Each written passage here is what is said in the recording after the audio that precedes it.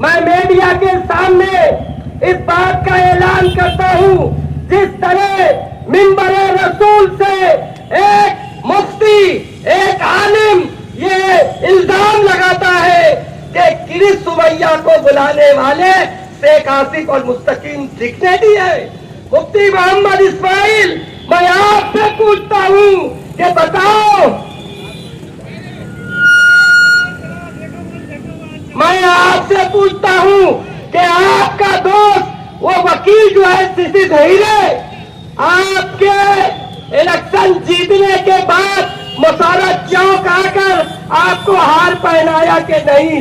जब उसका बर्थडे था तो आप उसका केक काटने गए कि नहीं गए? मुफ्ती मोहम्मद इस्माइल, आपको गैरत आना चाहिए। अभी वकला की एक बड़ी टीम यहाँ मौजूद थी और वो लोग ये बता रहे थे कि रोड जाम करो, उनको बुलाया नहीं गया, वो आ गए। उन्होंने कहा कि चुल्लू भर पानी में डूब मरना चाहिए। मुफ्ती मोहम्मद इस्माइल, मैं तो बोलता हूँ चुल्लू भर पानी में नहीं, आपके मुशावरत चौक में बहुत बड़ी बड़ी खटर है, उसमें डूब के मर जाना चाहिए। उसकी वजह क्या है? उसकी वजह यह है कि मेरी कौम की बेटी आज सेंट्रल जेल में बीमार है। अगर आपके घर की कोई पर्दा नसीन खातिन इस्तेमाल करने वाली आपा, उसके नाम में गलती होती तो क्या आप इसी तरह चूड़ी पहनकर पान दुकान पे बैठे रहते? आपने तो कहा था, आपने इलेक्शन के वक्त तो कहा था कि तेरा मेरा क्या रिश्ता।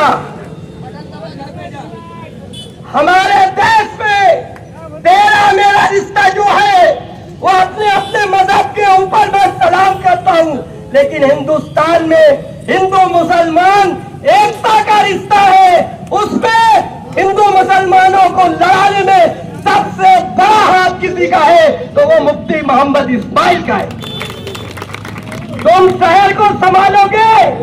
मैं पूछता हूँ, 13 साल हमने खानवादे शेख रशीद साहब को मुखालफत में बात की और आपकी हिमायत में बात की, आपकी बंद करके, क्योंकि आप लब्बे कुर्ते वाले थे और ये कमीज पहनने वाले लोग हैं। इसलिए हमने मिंबर की लाज रखी। तुम कम से कम जिस कलमे की बात करते हो उसकी लाज रख लेते। आज इसी हफ्ते में मैंने एक पोस्ट पढ़ी थी कि मुफ्ती मोहम्मद इस्माइल को इस्तीफा दे देना चाहिए। मैं वकला बिगर बुलाए आए एक इनके पार्टी का जिम्मेदार कह रहा था कि अगर ये मुखलिस होते तो हमको भी बुलाते। हाँ, ये मुखलिस नहीं है, तुम मुखलिस हो तो बेकार बुलाए आ जाते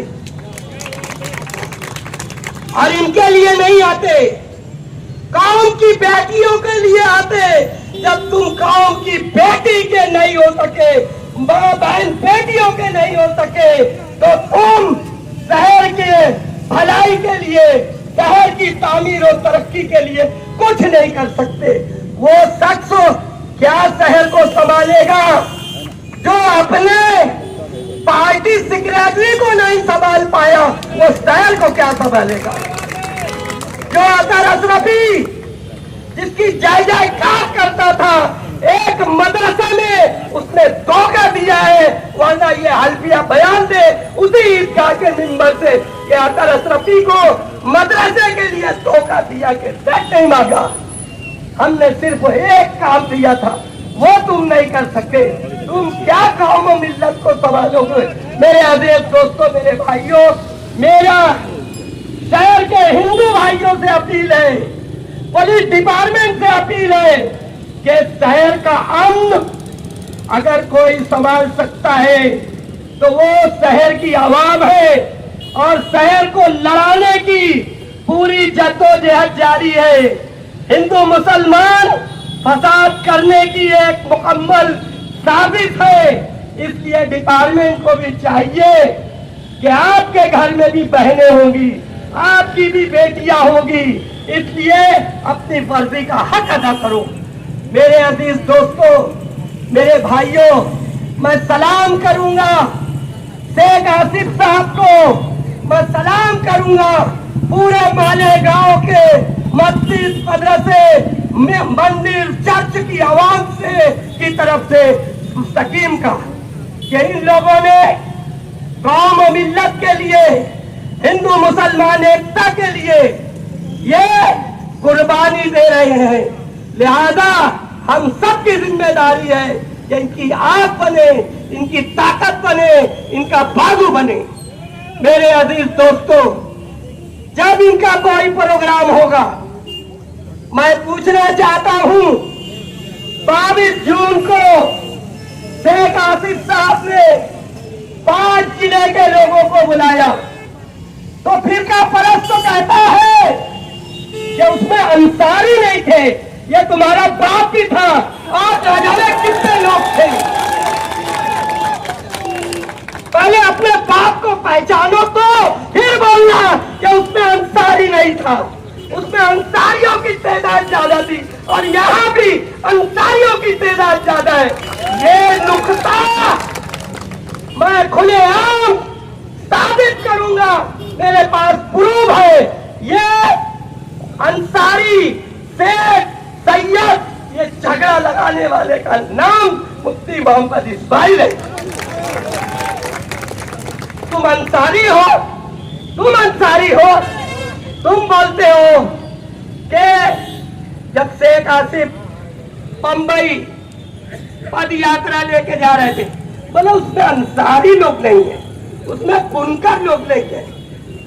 मेरे अजीज दोस्तों, मेरे भाइयों, मैं तो बोलता हूं इस मौलाना का कोई इलाज करो, कोई फुकझरवा जटागीर को लाओ, इसको बड़ा कोई खप्पीस लगा। क्यों? एक रोज बोले, अतर भैया मेरे पास 2 मुवक्किल है। मैं भी डर गया कि यार मैं इतनी बार के छोचा जाता हूँ, मेरे पीर साहब लोग कभी नहीं बोले मेरे लगे एक मुवक्किल है, इनके लग 2 मुवक्किल है, अपने को तो बहुत बावजू आना चाहिए। तो बोले कि अतर भाई ऐसा हुआ कि जामा मस्जिद का काम चल रहा था, हमारे लोग काम कर रहे थे, हिंदू बहनें, हिंदू बेटियां, तो एक हिंदू बहन को कोई फिर गई, पाँव फिसल गया। ये सबको बोले वो नापाक थी, तो मेरा मुवक्किल उठा के फेंक दिया। तो मैंने जगह पे पूछा था, साहब क्या वो नदी में डूब के आएंगे, हम्माम के नीचे खड़े रहेंगे, तो क्या मेरी हिंदू बहन पाक रहती है मस्जिद में? जरा ये बात आप, मैं खुल के नहीं बोल सकता, आप लोग समझ के झूठ। फिर हमारे शहर का एक खिदमत खुदार आलिम, उसको शहर ने एक आस लगाई कि खासदार एमपी का इलेक्शन इसको लड़ाना चाहिए। लोग उसके पीछे मौलाना साहब के पड़ गए। बोले अतर भाई 5 करोड़ मिला है मौलाना ओबरैन साहब को, मीडिया के सामने बोल रहा हूँ। अच्छा साहब 500, हम तो आंख बंद करके भरोसा करते थे, कुर्ता लंबा था। 5 करोड़? बोले हाँ। मौलाना उमरैन पे इल्जाम लगाया और इस बात पर मैं अल्फिया बयान दूंगा, तुम भी अल्फिया, और कुरान उठाने वाला अल्फिया बयान नहीं दूंगा। काले काबा का गिलाफ पकड़ के तुम झूठ बोलने वाले आदमी, इसी मिंबर पे बोलूंगा कि तुमने मौलाना उमरैन साहब पे ये इल्जाम लगाया कि नहीं कि उनको बीजेपी वाले ने 5 करोड़ दिया है। अगर अतर अशरफी के सामने मौलाना काजी शहर मुफ्ती अफतान के सामने बोलना कि अगर मैं झूठ बोल रहा हूँ तो मेरी औरत को 3 तलाक और बगैर हलाले के निकाह नहीं होगा, और नहीं तो यही बयान अतर अशरफी देगा कि तुमने कहा है, और अगर मैं झूठ बोल रहा हूँ तो मेरी बीवी को 3 तलाक और बगैर हलाले के निकाह नहीं होगा। इस तरह का हल्फिया बयान तुमसे दिलवाऊंगा मिंबर रसूल पर। फिर बोले वो क्या हुआ ना, शेख आसिफ भी घुस गया उसमें, तो 2 करोड़ वो ले लिया, 3 ही बचा।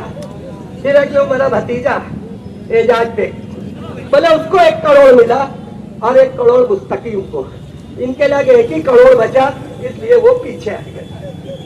ये मौलाना उमरान बिन से हजब नहीं होते, लेकिन हमारे इन उलमा को अल्लाह कब, मैं कुछ बोल नहीं सकता भैया, सारे उलमा मुत्तहिद हो जाए। शहर में कोई बला आती है, आयत करीमा, इज्तिमाई दुआ, लेकिन ये इतनी बड़ी अल्लाह की तरफ से ये इतनी बड़ी बला, ये जगागीर, ये शैतान मिंबर रसूल से झूठ बोलता है, मौलाना उमरान को डराता है कि मेरे को हर महीना 2 महीने में आका अलैहिस्सलातु वस्सलाम की ज़ियारत होती है। बताओ, इतना बड़ा झुट्टा सरकार की हद पार कर दिया, फिर भी हम बोलते हैं तेरा मेरा क्या रिश्ता। बहरहाल मुख्तसर ये मेरे अजीज भाइयों, अभी कारपोरेशन का इलेक्शन आएगा, फिर मौलाना तुम मेरी जात पे बोलेंगे, तुम्हारे वर्कर मेरी जात पे बोलेंगे, अल्लाह तुमको और तौफीक दे, लेकिन सबूत लाना, माँ का दूध पियो तो सबूत लाना, वरना शेख आसिफ के पास इतना नहीं होगा, मुस्तकीम के लाग इतना नहीं होगा, 13 साल जितना सीने के अंदर। और तुम्हारी दुश्मनी में नहीं बोलूंगा मुफ्ती साहब, मैं अपने मफाद के लिए नहीं बोलूंगा, मेरे शहर की भलाई के लिए, मेरे शहर को तबाह होने से, बर्बाद होने से बचाने के लिए, कि शायद तुमको गैरत आ जाए और तुम इस्तीफा दे दो। इसलिए मुफ्ती साहब हिसाब दे, मैं किसी की जातियात के बहुत खिलाफ हूं, लेकिन अगर आपने, और मुझको कितनी भी गाली देंगे, मुझको कितना भी बोलेंगे, एक अल्फाज अल्लाह की इज्जत की कसम, न कभी मैं बोला हूं और न बोलूंगा, बगैर पैसे के धोबी है, मेरा गुनाह धोएंगे, मेरे लिए अच्छा है, लेकिन शहर के हित में तुम्हारा एक कारनामा सबूत के साथ पेश करूंगा इंशाअल्लाह। कारपोरेशन का इलेक्शन आने दो, और ये जो बिरादरी का झगड़ा है, यहाँ जितने बिरादरी के लोग हैं, अल्लाह का वास्ता है, इस शैतान के भड़काने में मत आओ, हम सब एक हैं। आका ने फरमाया है, सरकार ने ये नहीं फरमाया कि कुरैशी अलग, शाह अलग, अंसारी अलग, सरकार ने फरमाया है सारे मुसलमान एक जिस्म की तरह है, और जिस मुल्क में रहते हो उस मुल्क के वफादार बन के रहो। इसीलिए हम मुसलमान बेफिक्र हैं। हम आज यहाँ धरना दिए हैं उस फटी खनीज पर दिलखोर से आने वाले बेटे कलंदर के ऐलान पर, जिसका नाम शेख आसिफ है। ये इसके अब्बा, इनके खानदान का कोई आदमी किसी से भीख, किसी से खैरात, किसी से सदका, किसी से फितरा 1 रुपया बांट कर इलेक्शन नहीं लड़े। ये लोगों पर खर्चा करते हैं। जब होता है बोले फटे चप्पल पे आए थे, हमें टूटे चप्पल पे आए थे, तुम्हारे बाप दादा अहमदनगर से कैसे आए थे वो भी बताओ। आज तुम्हारे भाई मुफ्ती मालिक कहाँ लूट चला रहे हैं जरा वो भी बताओ। मोहम्मद मौलाना इब्राहिम भैया और घर की खातिर कहाँ से कमाई करके ला रहे हैं वो भी बताओ। अरबों की जायदाद तुम्हारे पास है, वो कहाँ से आई वो भी बताओ। दूसरों को मत बताओ। ये खिदमत करने वाले लोग हैं। और मेरे अजीज दोस्तों और मीडिया के साथियों, यकीनन इस शहर की तबाही में एक मौके पर ये जाबिर है ना,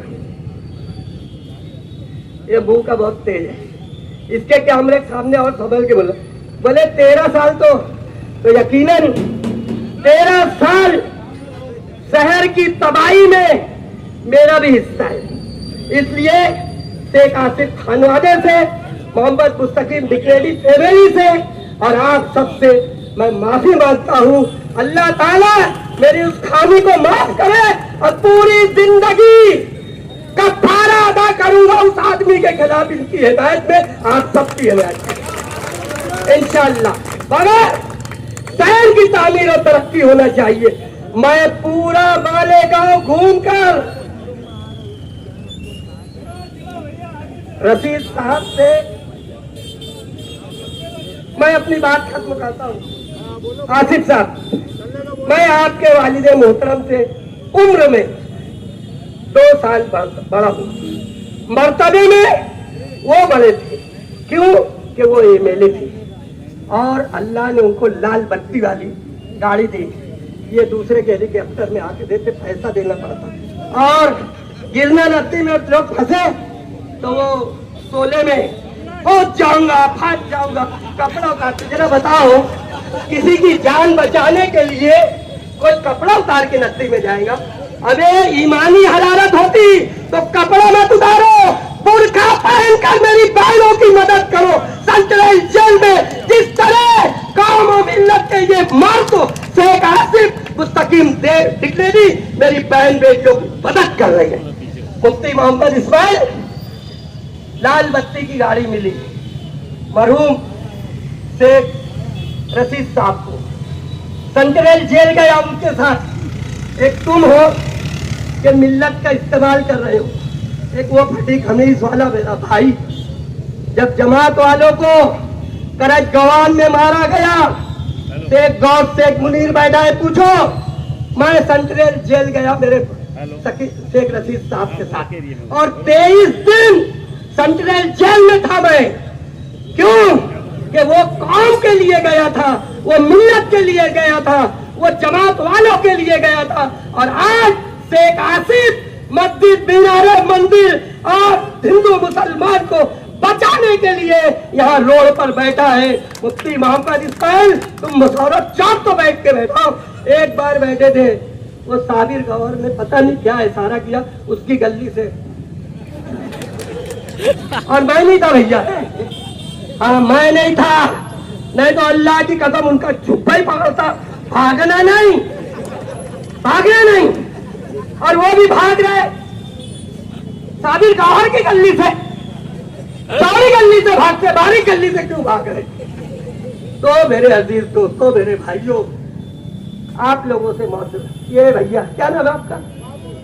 ये भी मेरे साथ थे सेंट्रल जेल, है कि नहीं? हाँ, और वहां मैं इमामत करता था 23 दिन। और एक अनपढ़ दारुल उलूम देवबंद मजलिस सूरा काजिम रुक ईदगाह का खतीब जामा मस्जिद का इमाम, अरे मैं उसके जिसके पीछे आलमी शोहरत याफ्ता साहब शेख आसिफ मुस्तकीम डिक्नेडी साहब, एक बात तवज्जो कर ले बस, वाखिर दावाना अल्हम्दुलिल्लाह। आलमी शोहरत याफ्ता खतीब, आलमी शोहरत याफ्ता कौम मिल्लत का खादिम शेख मौलाना अरशद बदरी साहब का जो इमाम है, अतर अशरफी उसका इमाम है। मुफ्ती मोहम्मद इस्माइल, हम कभी नमाज नहीं पढ़े, वो मेरे पीछे पड़े थे। हाँ, मुझको मालूम था कि वो जान दो, लेकिन ये है क्या? बहरहाल मेरे अजीज दोस्तों,